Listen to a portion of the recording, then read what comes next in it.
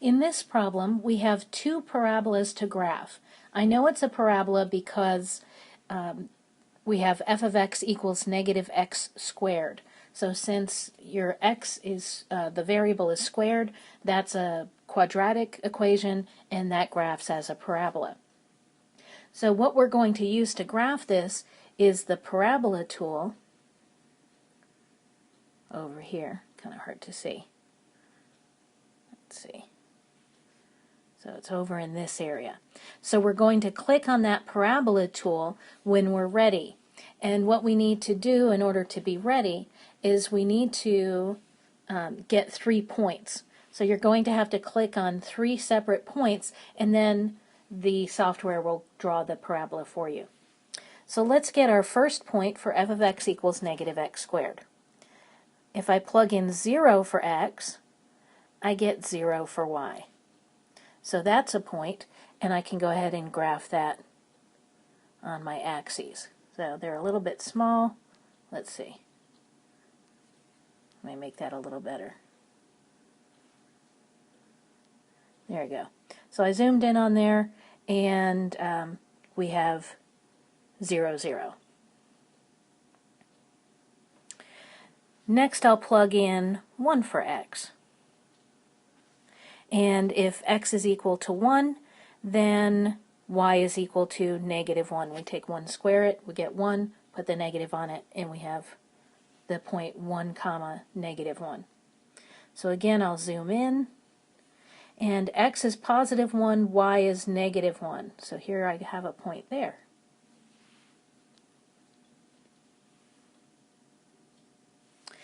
And I'll plug in negative 1 for x. And if x is negative 1, again we get negative 1 for y. So we get the point negative 1, negative 1. Yep. Okay, so now the software would draw this sketch for you. And let's see. I'm going to add a few additional points. Got a lot of values here. So if we put in negative 3, we'd get negative 9. Negative 4 would be off the graph at negative 16. Okay. Oops. I want to draw my graph as accurately as possible, and I want to make sure that I fill up that whole graph space. So here we go. On the other side, 2, negative 4. 3, negative 9, and then the next one will be off.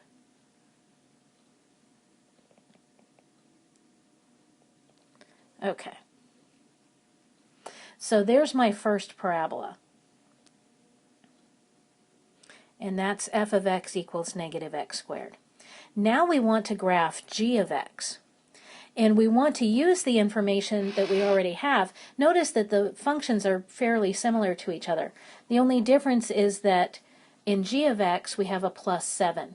And what that means, since the 7 isn't being squared, it's outside of the function itself, the squaring function, then that means that we're going to do a vertical shift.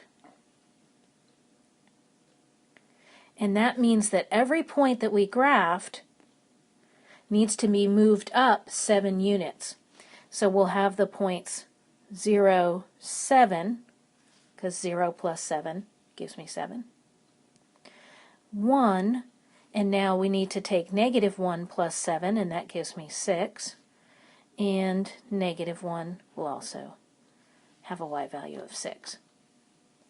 So now I'll zoom in and graph those points. So I'm really just looking at this point here at the origin and moving it up 1, 2, 3, 4, 5, 6, 7 units. And so that gives me a point here. Then I'll take this point, negative 1, move that up 7 units. And we have our point here. We have positive 1 comma negative 1. gets moved up 7 units, and that'll be here. And so, oops, I can graph this parabola, and, oops,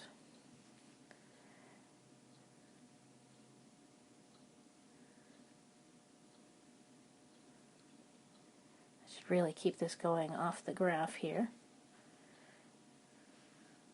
Let's see.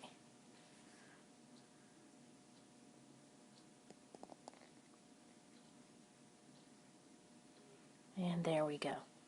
So what you can see, there we go. Okay, so what you can see is that my original parabola,